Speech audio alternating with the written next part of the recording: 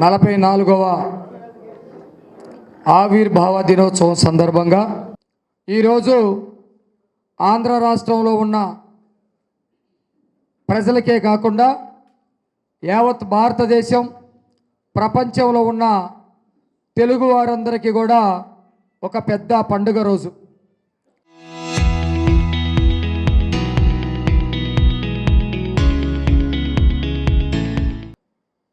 (1982) కంటే ముందు భారతదేశంలో స్వాతంత్రం వచ్చినప్పటికీ కూడా నియంతృత్వ పరిపాలన, అధికారాలేమి, పేదల పట్ల వివక్షత, రాష్ట్రాల పట్ల చిన్నచూపు, ప్రజల చేత ఎన్నుకోబడినటువంటి ముఖ్యమంత్రుల్ని వాళ్ళకి ఇష్టం వచ్చినట్టు, వాళ్ళకి నచ్చకపోతే మార్చేయటం, ఇలాంటి దౌర్భాగ్యాలు జరుగుతున్నటువంటి పరిస్థితుల్లో కాంగ్రెస్ గురించి ఒక మాట కూడా ఎవరూ మాట్లాడలేని, ధైర్యం చేయలేనటువంటి పరిస్థితుల్లో ఆంధ్రప్రదేశ్లో ఒక సామాన్యమైనటువంటి కుటుంబంలో పుట్టి, ఒక చిన్న సన్నకారు రైతు, మన వెంకటేష్ యాదవ్ గారు చిన్న కుటుంబంలో పుట్టి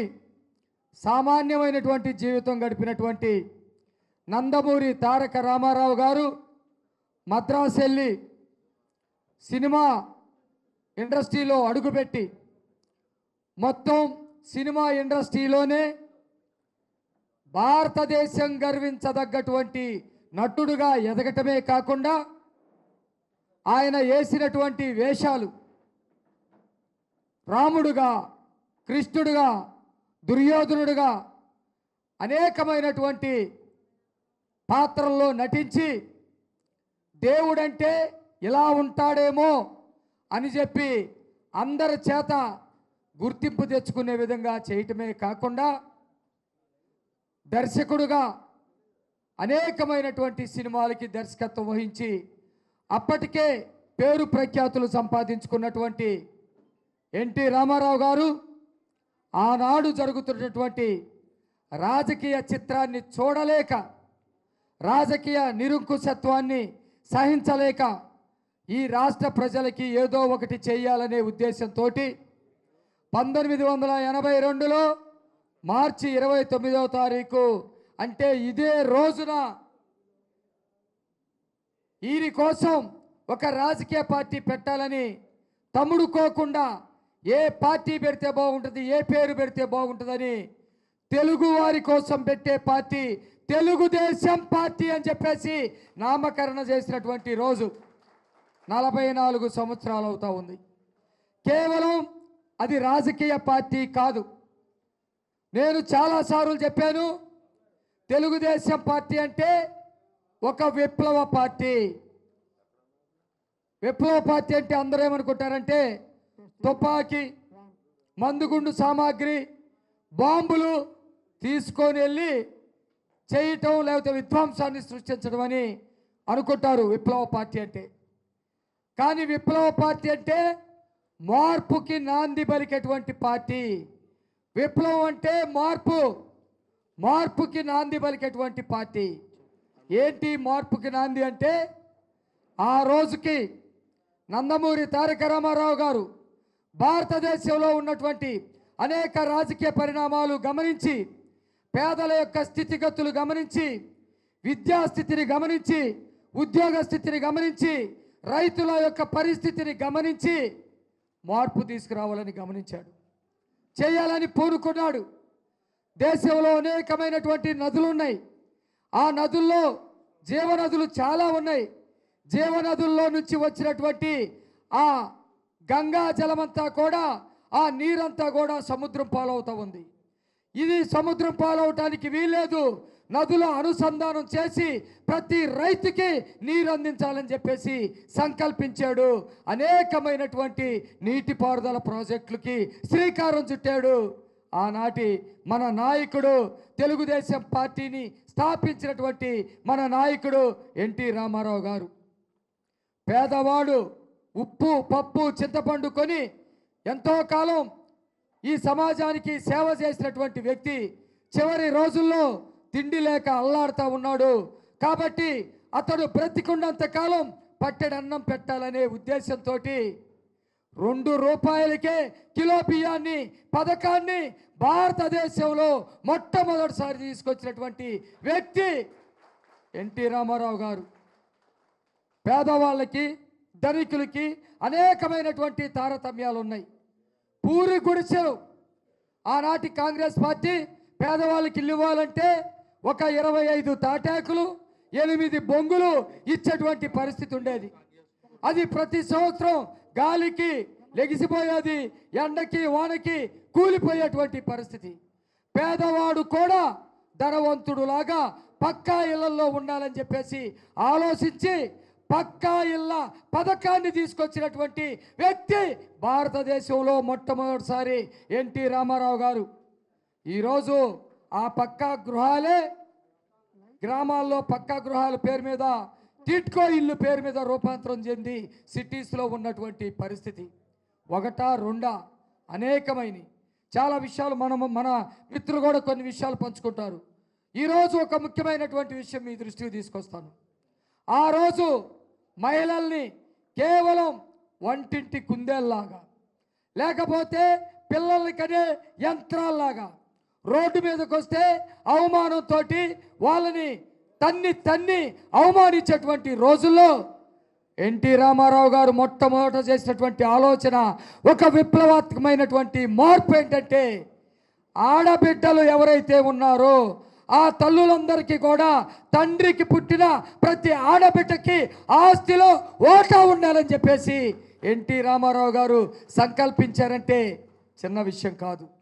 ఈరోజు కూడా ప్రతి ఒక్క ఆడబిడ్డకి తండ్రి దగ్గర నుంచి వచ్చేటువంటి ఆస్తిలో వాటా ఉండేటువంటి పరిస్థితి ఉంది. ఎవడో దౌర్భాగ్యుడు జగన్మోహన్ రెడ్డి లాంటి దుర్మార్గుడు తప్ప తండ్రి సంపాదించినటువంటి ఆస్తిలో వాటా ఇవ్వకుండా ఆడబిడ్డల్ని రోడ్డు మీద పడేసేవాళ్ళు ప్రతి ఒక్కరు కూడా ఆడబిడ్డల్ని గౌరవిస్తూ ఉన్నారు. ఈరోజు వారి గురించే ఎక్కువ మాట్లాడాలి.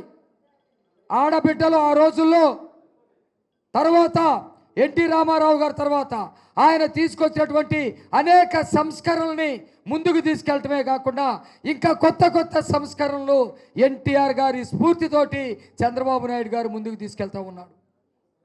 ఈరోజు చంద్రబాబు నాయుడు గారు దీపం పథకాన్ని తీసుకొచ్చారు.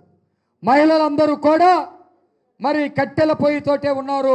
ధనికుల ఇళ్లలోనే మాత్రమే గ్యాసు అదేదో అద్భుతమైనటువంటి పదార్థం లాగా ఉంది, అందరికీ అందట్లేదు.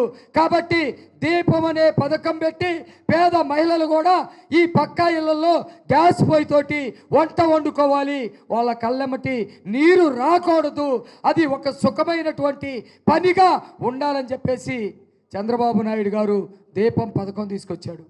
ఇప్పటికీ అదే పథకం కింద 3 సిలిండర్లు ఉచితంగా ఇచ్చేటువంటి పరిస్థితి. మహిళల గురించే మాట్లాడతా.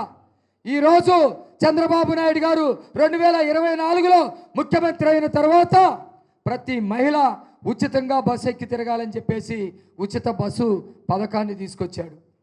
వీటన్నిటికంటే చాలా ముఖ్యమైనటువంటి విషయం 33% రిజర్వేషన్లు కేంద్రంలో అమలయ్యే విధంగా చేసి మొత్తం భారతదేశంలో ప్రతి ఎమ్మెల్యే సీటు ప్రతి ఎంపీ సీట్ల దగ్గర జడ్పీటీసీ ఎంపీటీసీల దగ్గర ఆడవాళ్ళకి 100 సీట్లు కనుక ఉంటే 33% సీట్లు ఇవ్వాలని చెప్పేసి చట్టం రాబోతా ఉంది.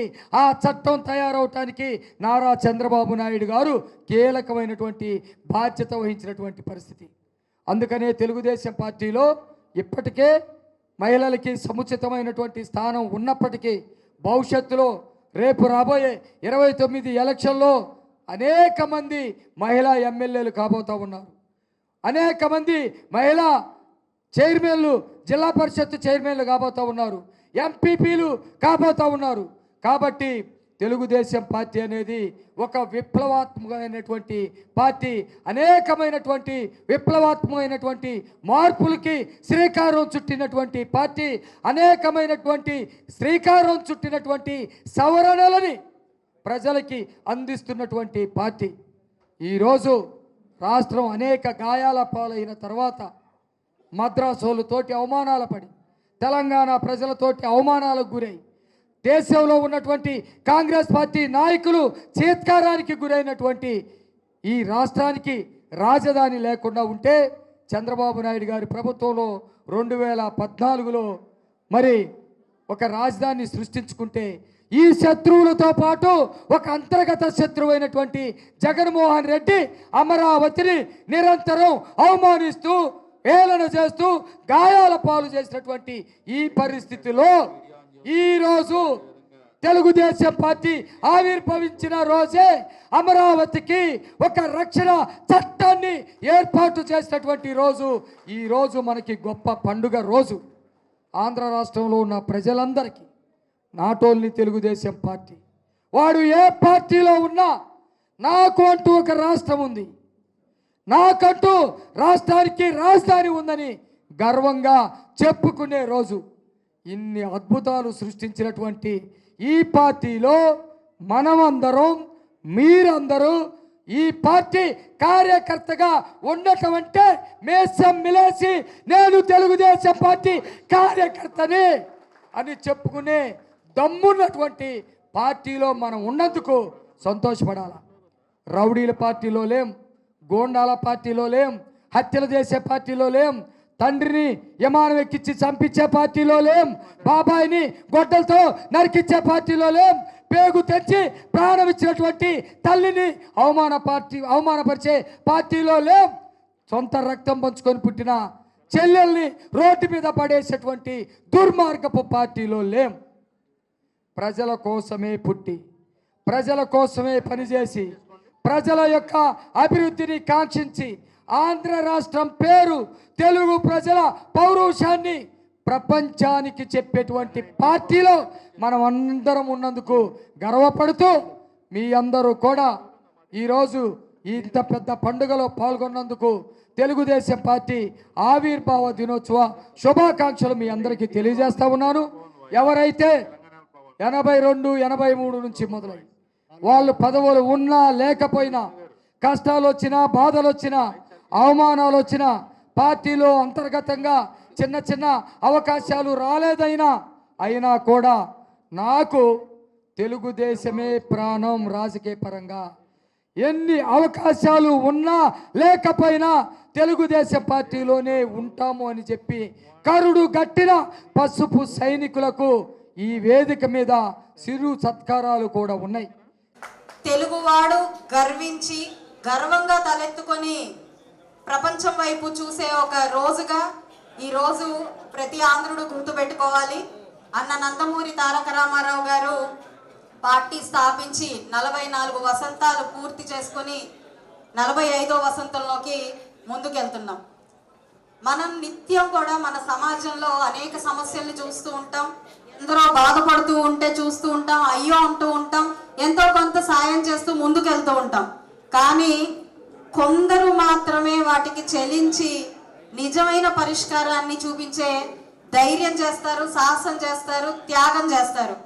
అలాంటి వాళ్ళని కారణ జన్ములు అంటాం. అలాంటి కారణ జన్ముడే మన నందమూరి తారక రామారావు గారు. అలాంటి కారణ జన్ముడు మన ఆంధ్రుడు అవడం, ఆయన పరిపాలనలో మన అందరం కూడా సుభిక్షంగా ఉండడం, ఆయన పార్టీలో కార్యకర్తగా ఉండడం నిజంగా మన పూర్వజన్మ సుకృతం అనే చెప్పుకోవాలి.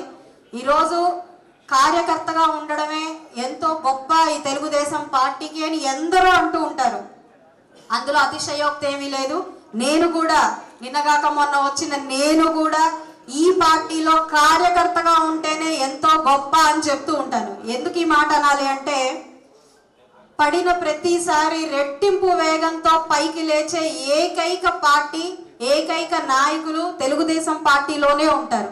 నాడు నందమూరి తారక రామారావు గారి దగ్గర నుంచి, మన చంద్రబాబు నాయుడు గారి దగ్గర నుంచి, రేపు మన భావితర భవిష్యత్తు లోకేష్ గారి దగ్గర వరకు కూడా ఏ సమస్య వచ్చి పడిపోయిన ప్రతిసారి రెట్టింపు వేగంతో, రెట్టింపు ఉత్సాహంతో పైకి లేచి వాళ్ళ సత్తాన్ని చూపించే ఒక అద్భుతమైన నాయకత్వం తెలుగుదేశం పార్టీకి ఉంది.